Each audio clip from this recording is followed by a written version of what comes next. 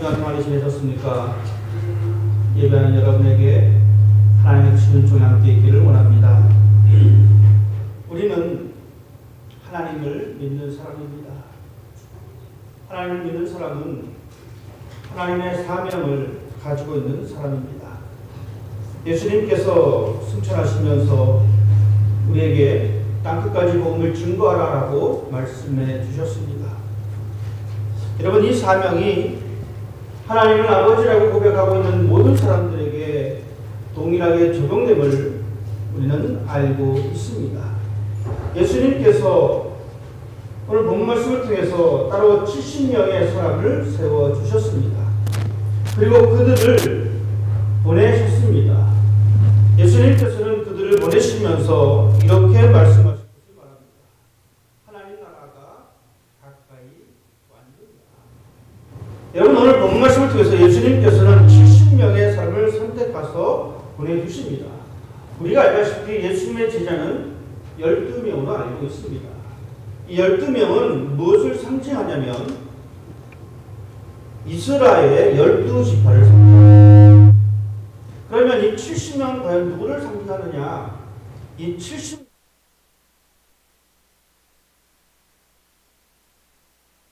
혹은 다른 번역본에는 72명인데 이 70이라고 하는 이 숫자는 민족을 가리킵니다. 즉 다시 말씀드리면 이 72명을 파송했다는 이 이야기는 세계를 향해서 뻗어나가야 됨을 말씀해 주고 있는 것입니다. 우리가 알다시피 누가복음은 이방인 독자를 위해서 쓰여진 복음서입니다. 즉 유대인들을 위해서 쓰여진 글이 아니라 유대인이 아닌 사람들이 이 책을 읽으십시오라고 하는 의미에서 이 성경이 지어졌습니다. 그러하기 때문에 이 70이라고 하는 이 숫자를 강조해 주고 있는 것을 보게 되어집니다. 예수님께서는 이 70명의 사람을 보내실 때에 둘씩 짝을 지어서 그들을 파송하셨습니다. 여러분, 우리는 하나님 예수님께서 이 두 명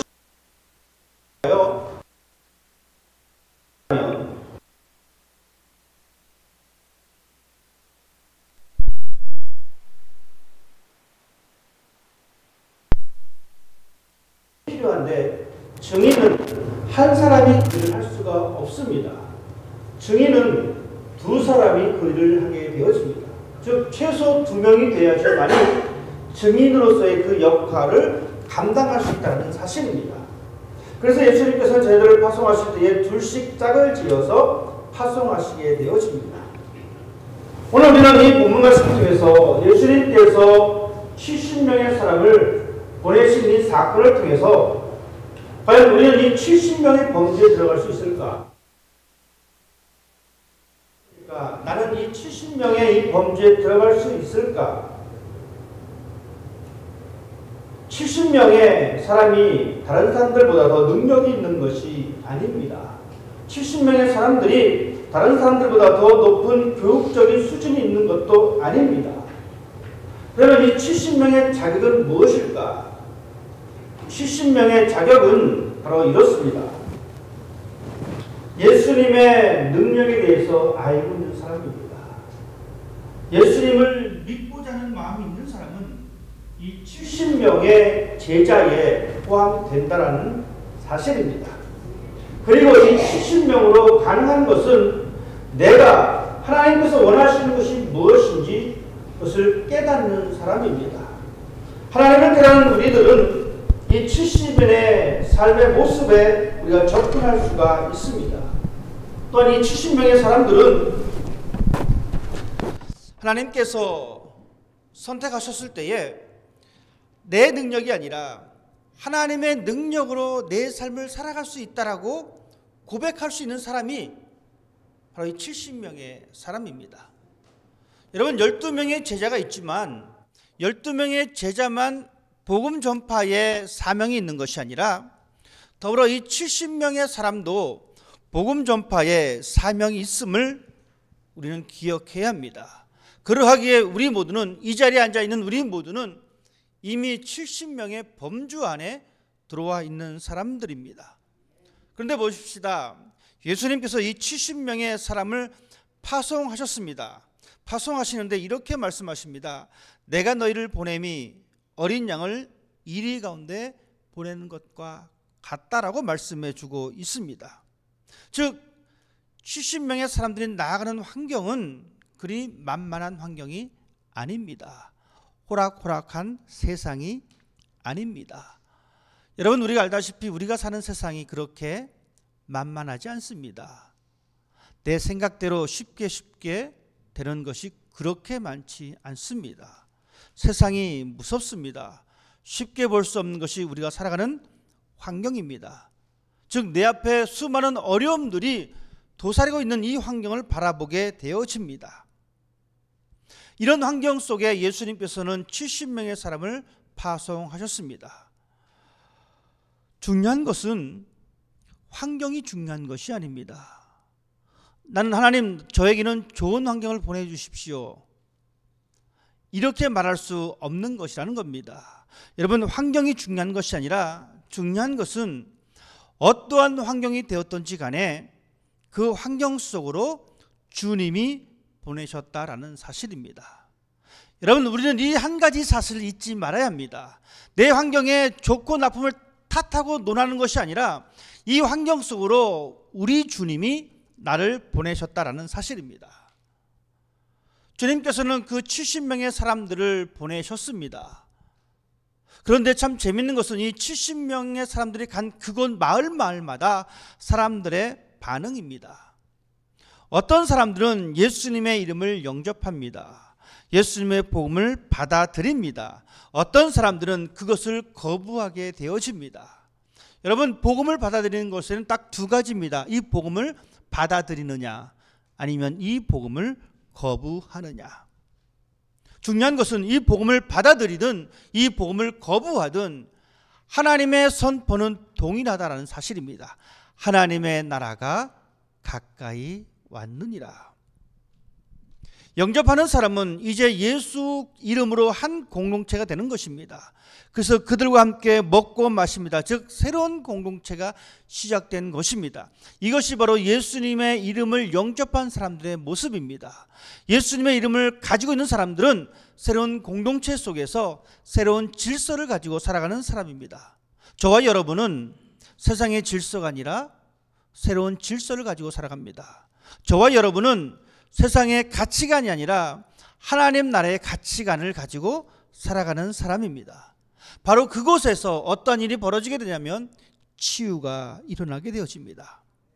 회복의 역사가 일어나게 되어집니다. 이 공동체 속에 아파하는 사람을 위로해주고 격려해주고 사랑해주는 그러한 경험이, 그러한 기적이 일어난다라는 사실입니다. 이것이 바로 영접한 사람들, 즉 예수 그리스도의 이름으로 살아가는 사람의 삶의 모습입니다. 하지만 거부하는 사람들은 어떻습니까? 그들은 하나님의 심판을 경험하게 되어집니다. 하나님의 심판을 경험하게 된다는 이 사실을 제자들은 이렇게 표현하고 있습니다. 그들의 발에 묻은 먼지를 떨어버립니다. 즉 그들은, 하나님의 복음을 거부했던 그들은 하나님의 심판을 받을 수밖에 없다라는 것, 하나님의 약속한 이 공동체와 상관이 없다라는 그것을 그들은 깨닫게 되는 것입니다. 우리는 예수님의 복음을 거부했던 사람들 앞에 놓여져 있는 이 심판을 바라보면서 하나님의 말씀을 내가 어떻게 받아들이고 있는지, 내가 구원받은 사람으로서 하나님의 말씀을, 그 복음을 내가 지금 영접하고 있는지 아니면 거부하고 있는지, 여러분, 우리는 우리의 신앙을 다시 한번 뒤돌아볼 필요성이 있습니다. 하나님의 말씀을 내가 지금 영접하고 있는지,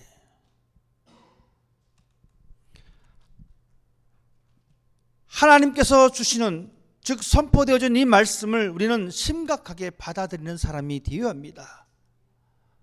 저는 목사입니다. 목사는 설교하는 사람입니다. 때로는 설교자를 무시할 수도 있습니다. 하지만 중요한 것은 설교자는 무시할 수 있지만 말씀은 무시해서는 안 된다는 사실입니다. 이 말씀을 진지하게 받아들이는 사람이 되어야 합니다. 구약 성경에 보면은 롯이 그 성에 살고 있을 때 이 롯이 살고 있는 이 성을 하나님께서 심판하시게 되어집니다. 하나님은 이 롯을 생각하사 그를 건져내시기로 작정하십니다. 그리고 가서 롯에게 말합니다. 이제 이 성이 망할 거야. 넌 가족들을 데리고 어서 이 성을 피해야 돼. 롯이 하나님의 말씀을 듣고 그의 사위들에게 이야기합니다. 이제 이 성이 하나님의 심판을 받을 거야. 여러분, 롯의 이야기가 아닙니다. 하나님의 말씀을 전파했던 것입니다. 여러분, 그때 롯의 사위들이 어떻게 반응을 했습니까? 그 하나님의 말씀을 진지하게 받아들이지 않게 되어집니다. 장인인 롯을 무시할 수 있지만, 물론 무시해서도 안 되지만, 하나님께서 주신 그 말씀을 진지하게 받아들였어야 되는데 성경은 이렇게 기록해 주고 있습니다. 그들이 농담으로 여겼다. 결국 롯의 사위들은 그 하나님의 심판 앞에서 그 심판의 대상이 되었다라는 사실입니다. 여러분, 우리는 기억하십시다. 때론 이 말씀이 내 삶에 기쁨으로 다가오지 않는다 할지라도 우리는 이 말씀을 심각하게 받아들이는 사람이 되어야 합니다. 구약의 선지자들이 항상 외쳤던 것은 여호와께서 말씀하셨느니라. 여러분, 이 말씀을 이스라엘 백성들은 별로 좋아하지 않았습니다. 왜? 자신의 삶의 방식들을, 삶의 스타일들을 바꿔놓기 때문에, 내 삶을 더 불편하게 만들기 때문에 이 하나님의 말씀을 듣기를 거부했다라는 사실입니다. 하지만 분명한 것은 하나님의 말씀을 우리가 진지하게 심각하게 받아들여야 된다는 것. 이것이 믿는 사람들이, 바로 하나님을 영접하는 사람들의 삶의 모습이요, 우리가 하나님의 말씀을 진지하게 받아들임으로 말미암아 예수님께서 말씀하신 그 새로운 공동체 속에서 새로운 모습으로 살아갈 수가 있는 것입니다. 예수님께서는 이 70명의 사람을 보내셨습니다. 예수님께서는 이 70명의 사람을 보내셨는데, 여러분 분명히 기억하십시다. 보내신 분은 예수님이십니다. 오늘 본 말씀에 그렇게 분명히 말씀해 주고 계십니다. 그 후에 주께서 친히 따로 70인을 세우셨다. 주님께서 따로 70인을 세우셨다는 겁니다. 여러분, 우리가 이 세상에 살아가면서 내 뜻대로 내 생각대로 살아가는 것이 아니라 주님께서 나를 세우셨기에 나는 살아갑니다. 주님께서 나를 세우셨기에 나는 이 땅에서 하나님의 말씀을 선포하며 복음을 증거하는 삶을 살아가게 되어집니다. 즉 그러하기에 내가 살아가는 이 삶의 주체는 내가 아니라 하나님이십니다. 예수님께서도 그렇게 말씀하셨어요. 너희 말을 듣는 자는 내 말을 듣는 자들이다. 너희 말을 듣지 않는 자는 내 말을 듣지 아니하는 사람이다. 즉 내 일의 부분은 예수님의 일입니다. 여러분, 우리가 살아갈 때에 그런 마음을 항상 가지고 살아가는 사람이 되어야 합니다. 이 세상 살아갈 때에 내 삶에 나를 이 세상에 보내시는 분은 하나님이심을, 즉 나는 예수님의 권세로 이 땅을 살아가는 사람입니다 라고 하는 고백입니다. 나는 하나님의 능력으로 이 땅을 살아가는 사람입니다. 즉 내 삶은 하나님 앞에 있습니다. 여러분, 이 놀라운 고백이 우리에게 큰 힘이 되어집니다. 여러분, 이 놀라운 고백이 우리에게 큰 위로가 되어지는 것입니다. 왜냐하면 내 삶의 모든 것은 하나님과 연관이 되어 있기 때문에 그렇습니다. 내 삶의 모든 것은 하나님 나라의 그 연장선상에 있습니다. 즉 내가 어느 곳에 있든지 간에 나를 세우신 분은, 나를 이 자리에 세우신 분은 하나님이심을 우리가 기억한다는 것, 이것이 우리의 신앙의 힘이 되기를 원합니다. 우리를 보내시는 분은 능력이 계시는 분이십니다. 여러분, 우리는 이 사실을 너무나 잘 알고 있습니다. 우리를 보내시는 분은 능력이 계십니다. 그러하기 때문에 우리는 세상의 능력을 부러워할 이유가 전혀 없습니다. 하나님이 세상을 만드셨고 하나님의 능력이 우리 가운데 있는데, 여러분 우리는 여전히 우리의 믿음이 연약해서 세상의 능력을 부러워합니다. 믿음이 연약해서 그래요. 그럴수록 우리는 하나님, 내가 세상의 능력을 부러워하는 것이 아니라 하나님의 능력으로 말미암아 기뻐하는 사람이 되게 해주십시오 라고 기도하는 사람이 되길 원합니다. 나에게 믿음을 더하셔서 세상의 능력을 부러워하는 것이 아니라 하나님의 능력을 부러워하는 사람이 되게 해주십시오. 그 자신감을 가지고 살아갈 수 있는 사람이 되게 해달라고 기도할 수 있는 여러분이 되시기를 바랍니다. 세상의 능력이 하나님의 능력을 이기지 못합니다. 세상의 상식이 하나님의 능력을 가져다 주지 못합니다. 여러분, 우리가 잘 알다시피 여리고성이 어떻게 무너졌습니까? 세상의 지식으로 여리고성이 무너진 것은 결단코 아닙니다. 하나님의 능력이 그 여리고성을 무너뜨렸습니다. 우리를 보내시는 분은 그러한 능력이 있습니다. 다른 것을 의지하기보다는 나를 보내신 그 하나님의 능력을 의지할 수 있는 여러분이 되시기를 바랍니다. 예수님께서 이 70사람을 보내실 때 이렇게 말씀하셨어요. 전대나 배낭이나 신발을 가지지 말고. 여행을 떠난 사람에게 주님은 말씀하십니다. 전대나 배낭이나 신발도 가지지 말고 사람을 만나면 인사도 하지 말라라고 이야기합니다. 이 말씀은 어떤 말씀이냐면 너희가 나가서 복음을 증거하는데, 너희가 나가서 복음을 증거하는 사람으로서의 삶을 살아가는 데에 필요한 것은 다른 어떤 것이 아니라 오직 너희를 보내신 그분만을 의지해라 라는 말씀입니다. 여러분, 우리가 복음을 증거할 때에, 전도를 할 때에 내가 어떻게 이 사람에게 전도할까, 여러 가지 세상의 방법을 사용하기보다는 먼저 하나님의 능력과 하나님의 방법을 사용할 수 있게 되기를 바랍니다. 왜냐하면 우리를 보내시는 분은 그 능력이 있기 때문에 그렇습니다. 예수님에게 능력이 있음을 여러분 기억하십시오.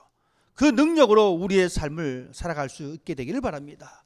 나를 보내시는 분은 예수님이십니다. 나를 보내시는 분은 능력이 있습니다. 그러하기에 우리에게는 능력이 있습니다.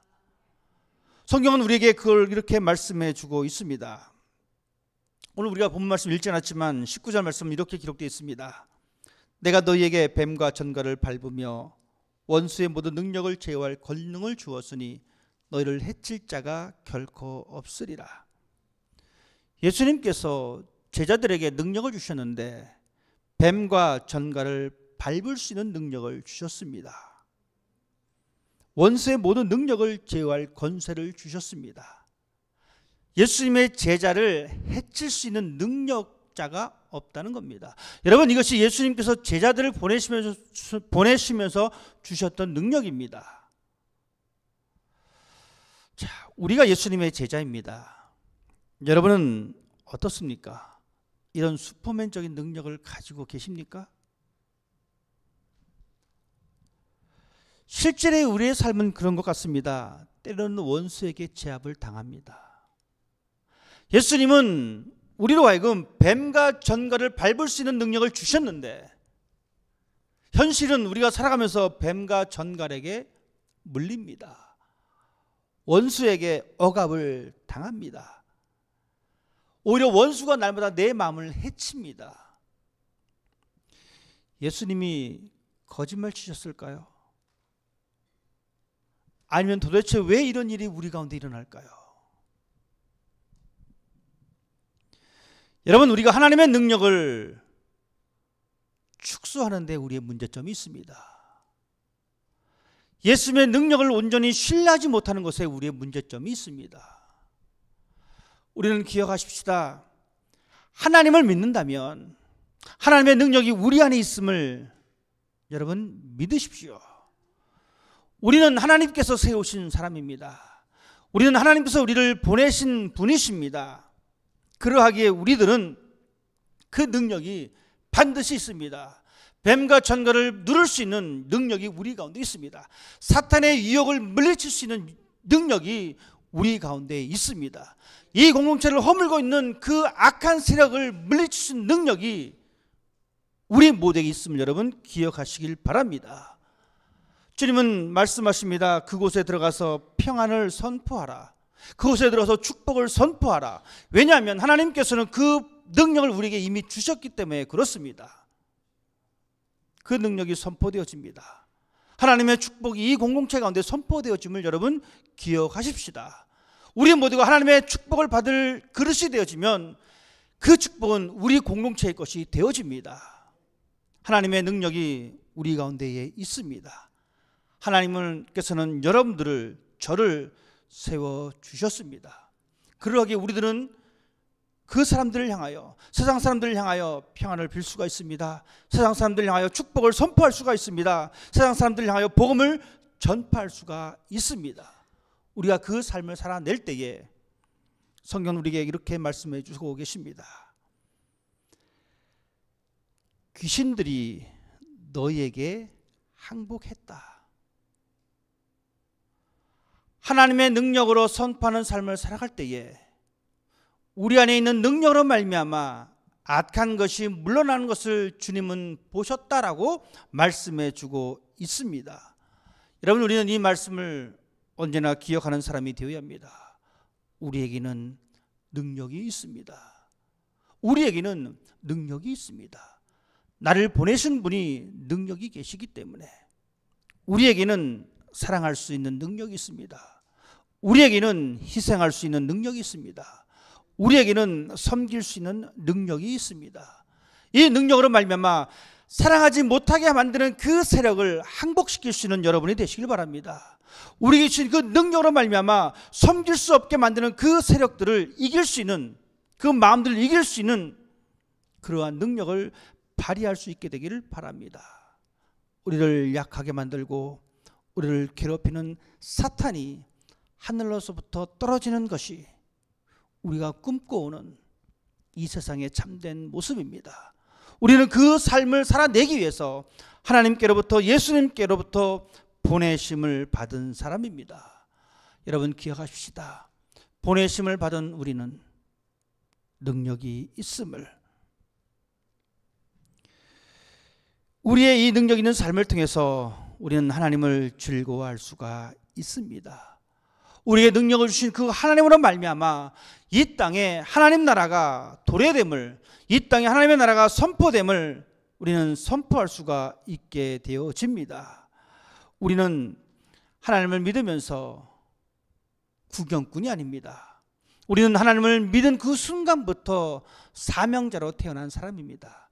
내가 예수 그리스도를 구주로 고백한 그 순간부터 예수님으로부터 보내심을 받은 사람으로서 살아가는 존재입니다. 그 존재이기 때문에 여러분 예수님의 능력을 가지고 살아가십시다. 예수님의 능력을 가지고 하나님을 의지하면서 살아가십시다. 내 능력을, 내 지식을, 내 지혜를 의지하는 것이 아니라 더 철저하게 나를 보내신 분을 의지하며 한 걸음 한 걸음 세상 가운데 나아갈 수 있는 저 여러분이 되시기를 주님의 이름으로 부탁을 드립니다. 기도하겠습니다. 아버지 하나님, 하나님께서 우리를 세워주셨고 하나님께서 우리를 이 세상으로 보내주셨습니다. 우리를 보내주신 분은 예수 그리스도이심을 언제나 기억하게 하여 주시고 그 예수의 능력으로 이 세상에서 복음의 삶을 살아낼 수 있는 우리 모두 될 수 있도록 인도하여 주시옵소서. 감사드리며 예수님의 이름으로 기도드립니다. 아멘.